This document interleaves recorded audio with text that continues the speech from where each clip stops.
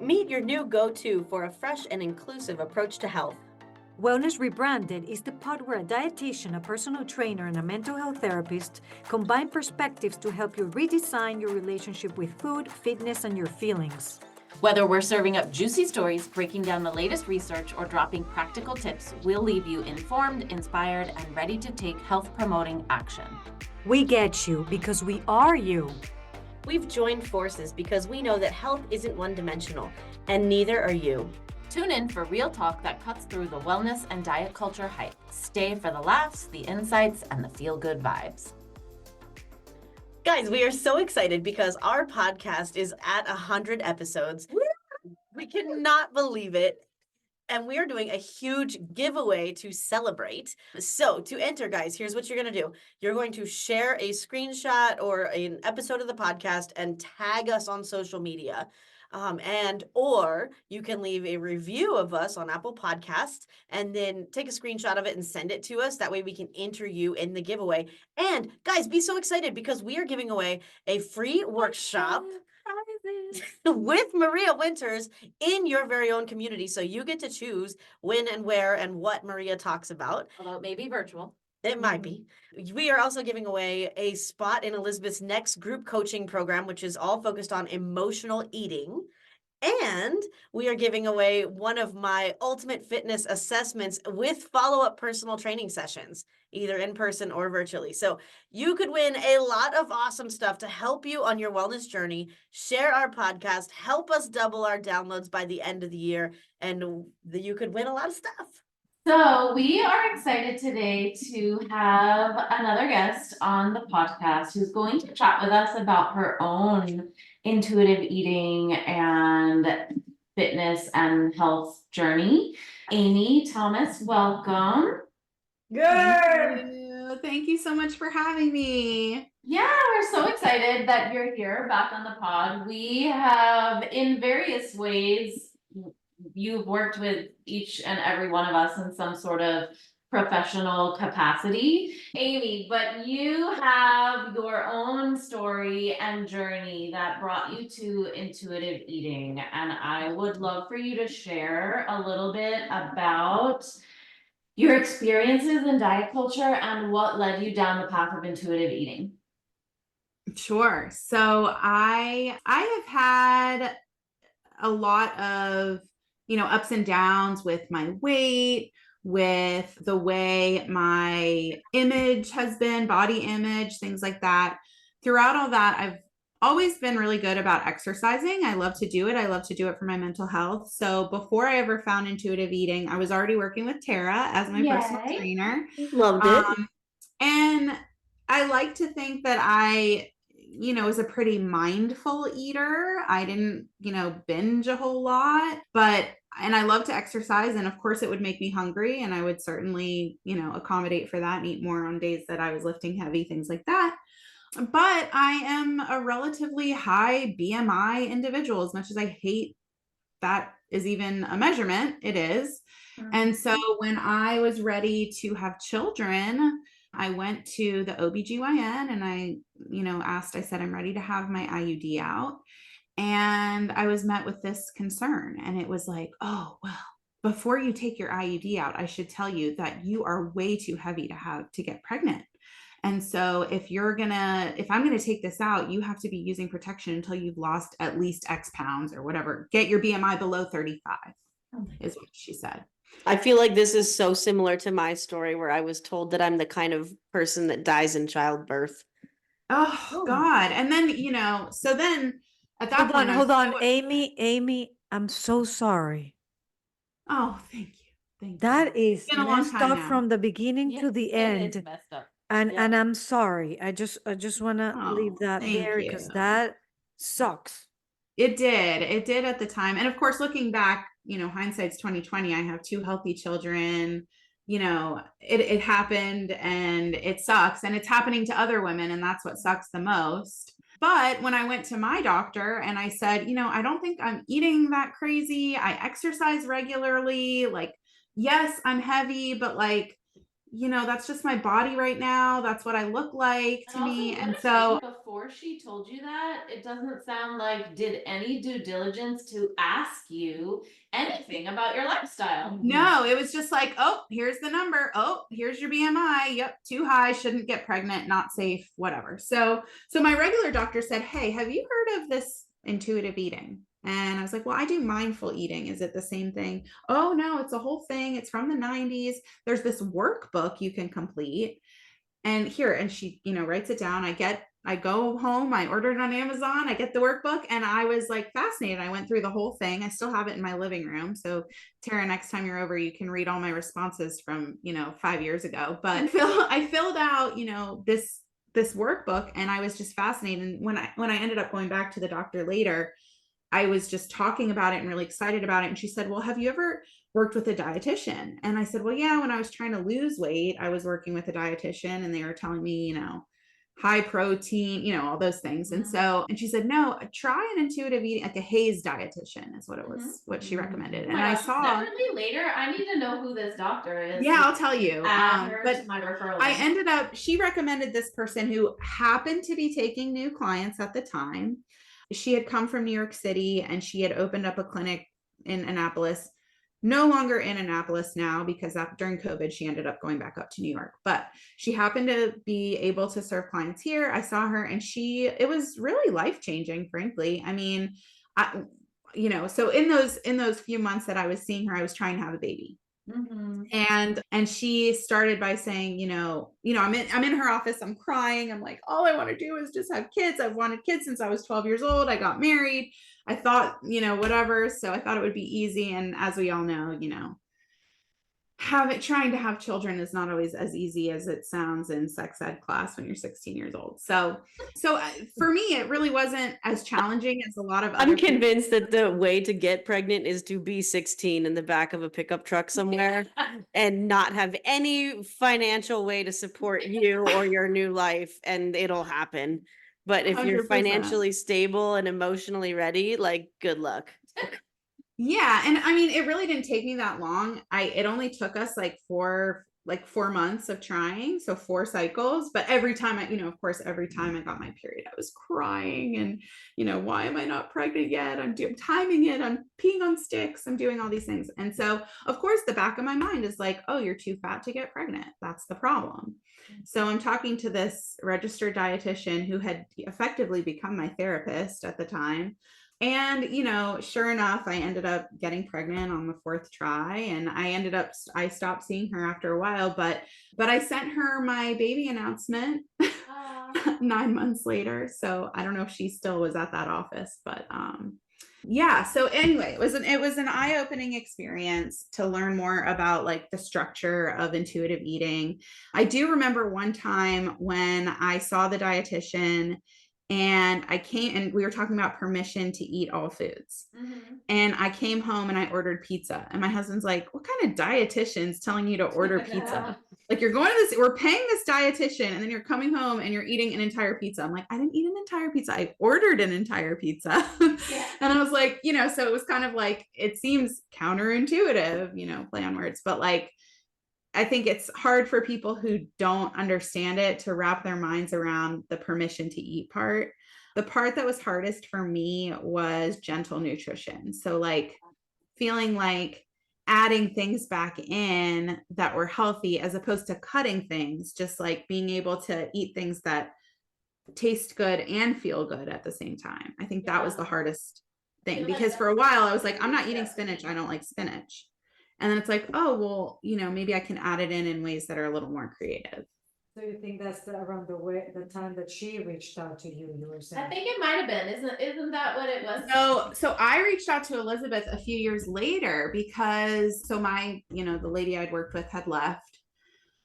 And actually my husband had lost a bunch of weight on his own. He had a health issue, and he ended up losing like a significant amount of weight in less than a year.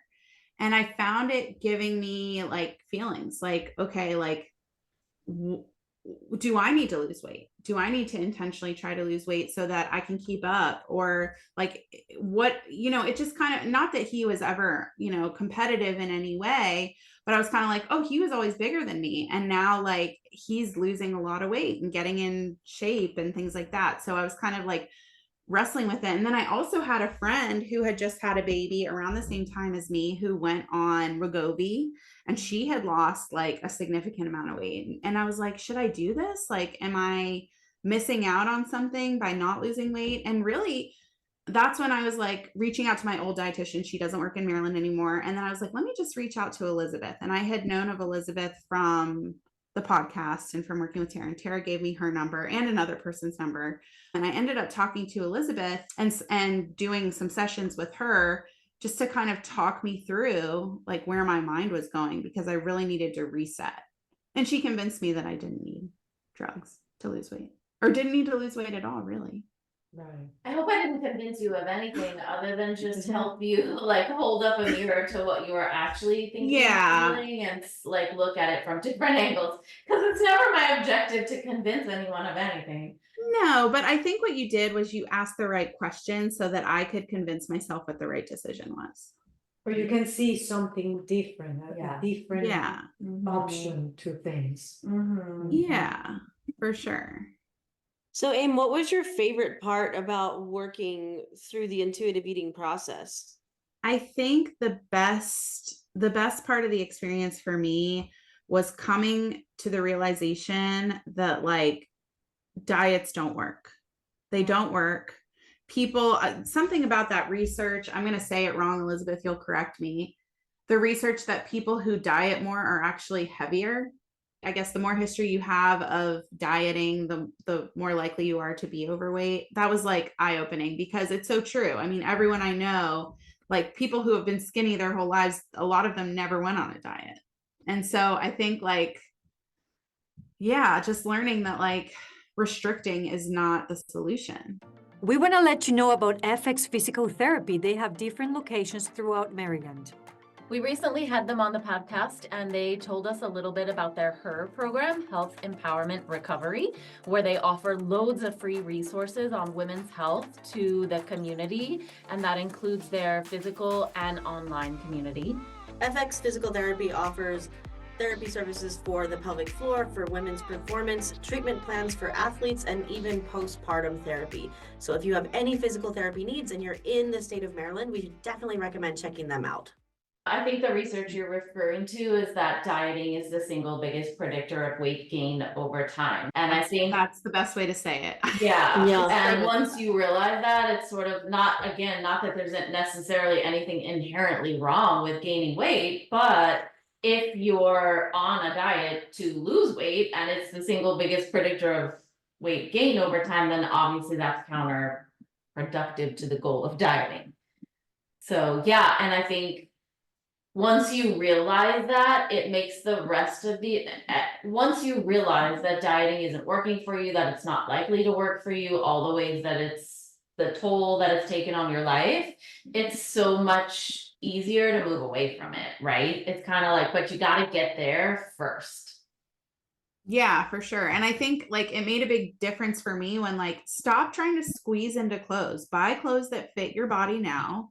Yeah. And like, like that was such a like eye opener for me. Like, oh my God, I can wear clothes that fit and are comfortable. And like, there are times when like I have 3 different sizes in my closet and one fits or something else fits, especially with the changes in my body with pregnancy. But like, even recently, like I joined a different gym and I was going more often. They have a pool. I've been swimming a lot. And like, I think I'm a lower size. So like I had to get some new biker shorts that are like one size less than what I was. And I'm like, I'll just keep the clothes. I'll put them in a box. Like, I'm not going to like go crazy, but someday, I might need a little more, clothes in one size or a little less in another size, but like just wear something that's comfortable.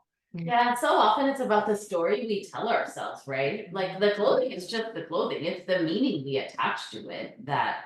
For sure. I mean, I remember in high school, like cutting the tags out of like my shirts because I was like, oh my God, they say large. I think they were like large. And now you look back and you're like, oh my God, I was tiny, but I'm 5'7". Like large is not that large, but I remember cutting them out of the shirts because I didn't want anyone, like if I'm at a sleepover, to see that I'm wearing the size large. You know, and now I'm like, oh my God. Or I would like not want to put my coat on back, you know, where people could see the size. And, you know, it's just so stupid. It's such a, I guess in high school, you know, you care Well, about it's things. just the messaging out there is just so Yeah. messed up and it gets in your head. So tell us, so you mentioned that you had been working out with Tara long before you were ever led to intuitive eating. Did your relationship with movement change through that journey? And give us the dirt on working with Tara. Yeah. I mean, well, the thing I love about working with Tara is it's more about ability and strength than about changing your body. Yeah. And that was something, actually, there's a parallel to what Elizabeth said, which was like, weight is not the best metric you can use on your fitness, right? So, like, Tara would agree. She'd say, like, the first time I met with her, yeah, she took my weight, she took my height, she took some measurements. But the most important thing was like, okay, well, how much is your bicep curl? And like, has that improved over the past X amount of time? Or like, how much can you squat? Okay, well, you're squatting 20 pounds more this week than you did last week. So those kinds of metrics are actually more motivating for me. And I have now, I mean, I don't train with Tara anymore. I mostly work out on my own, but I use the Strong app and I track like metrics of like how much I'm lifting on each machine or in each exercise, and I'm seeing it go up, and that's motivating. And that's something I love about you and a lot of my clients that come to me and get started on the path. And then you're able to take what you've learned and go into the world and join a different gym and still be consistent and still move your body and still be motivated by the same things of like, I'm getting stronger or I'm moving better or I'm just staying consistent in the journey. Like that's what's really fulfilling for me to see is that you Thank guys are you. taking Yeah, what you've I'm learned and glad. being Yeah. I mean, successful in the world. yeah, I have you to thank for that. And like, I'll still take a mobility class at Edgewater Fitness every now and again, or, you know, and I'll text Tara like, oh my God, these what was it? The kettlebell swings are like, my form is so off. And she's like, you need to go heavier. And so I videotaped myself with the lightweight and with the weight that Tara was like, go up like big time, like double what you're swinging. And I did. And it was like such better form. I was like, oh my God, she's a genius. Really? That's so So interesting because I would never think that if I was doing something like not quite right in the gym, the solution would be going heavier. Now that coming from someone who's Tara's always like, get a bigger weight. I'm like, no, I don't think so. That's like specifically true with kettlebells. Okay. It's not with everything, but with kettlebells, like for whatever reason, having a heavier weight makes the movement more intuitive. Yeah. Like the momentum kind of takes you in the right path. Whereas like dumbbells and barbells, it doesn't work like that.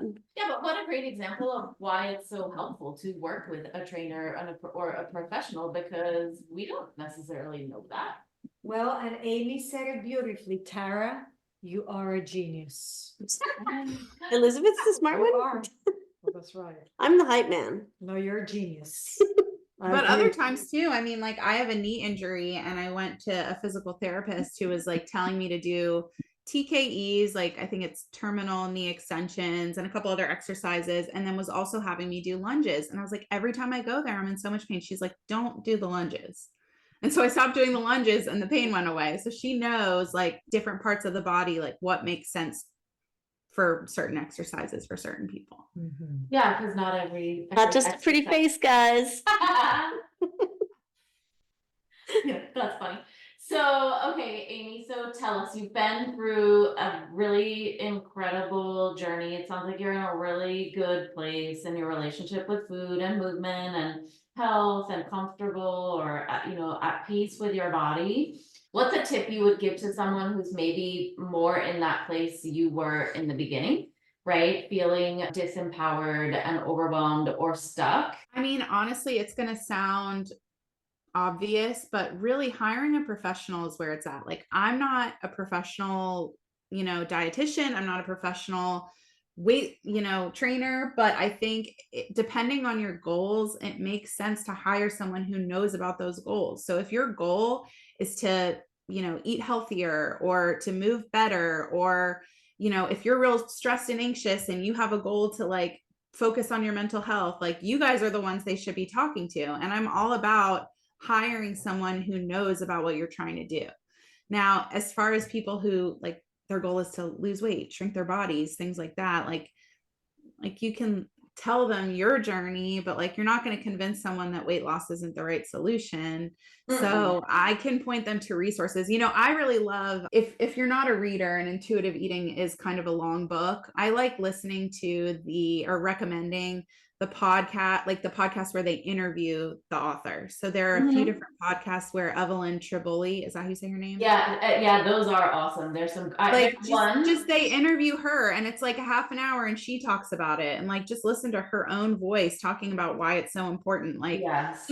just like sending a link to someone being like, just check it out. And like if it's not for you, that's fine too. It's funny you say that because there's one episode in particular that she did with Dan Harris on the 10%. Yes, that's the one. I share that podcast almost always when even after new clients come to work with me. I'm like, you should go listen to this because it's intuitive eating gold. It's like 101. It's like the very you're gonna basic. get so much out of it. You're gonna hear it in her own voice. You're gonna hear his struggles with it, and it's a really powerful conversation. Oh yeah, I love that's the same one I send. So Dan Harris is actually like, he admits that he's a binge eater. Yeah, he's very talks public through about that. sharing. And he says he restricts because otherwise he'll binge. And actually, I've heard on his podcast more recently that he credits her for his better, like that interview, he credits for why he has a better relationship with food and dieting now. Yeah, it really was her sort of coaching him through it. Well, I know we've talked about Elizabeth and Tara, but I do want to do a little plug for Maria Winters. Thank you. Yeah, I've attended her. Already. Yeah, I've attended her emotional fitness studio sessions, a couple of the workshops. I'm really looking forward to the next one. And I've actually sent out, I know she does some in Spanish. And so I've sent it out to my au pair who's Spanish speaking and all of her friends and the au pair network of the Spanish speaking au pairs in the area. It's very accessible. It's not super expensive, but it's a good workshop and it's awesome to attend. Thank you. That's amazing that you've done that in that emotional fitness studio. It for anyone who's listening, even remotely locally, it is such a valuable resource in the community, and you should definitely check it out. Go to some of the workshops, Maria. I know it's been such a huge success. You're doing it again next year, and I love that you brought that up, Amy. And Amy, thank you so much for sharing all this information with us today. Thank you for being here with us. I know this might sound weird, but I don't mean it that way. I'm proud of you for your journey, for going through this, I hear you talk and it's inspiring, it's empowering that. Yeah, thank you for being willing to share it too. Yeah, because there's someone out there, probably many people, and they need to hear it. And you willingness to be vulnerable and share it is so powerful and helpful to someone. Yeah. Oh, it's my pleasure. I'm happy to share my story and participate with you guys. And you guys have such an awesome podcast. It's so fun to listen to hear the conversation. So it's so cool to be part of it on the other side as well. Oh, thank you. Thanks for being on, girl. We love you. Yeah, we love you too. So for all of you out there, thank you for being part of this conversation, for partnering with us in this movement to prioritize our well-being, to do it in a way that applies to you without the wellness fads and quick fixes and all that out there that only brings pressures that are not helpful in the long run. And keep tuning in, and we will connect next time. Hey guys, it's Tara, and I know the world is pretty stressful sometimes, so I have created a special class.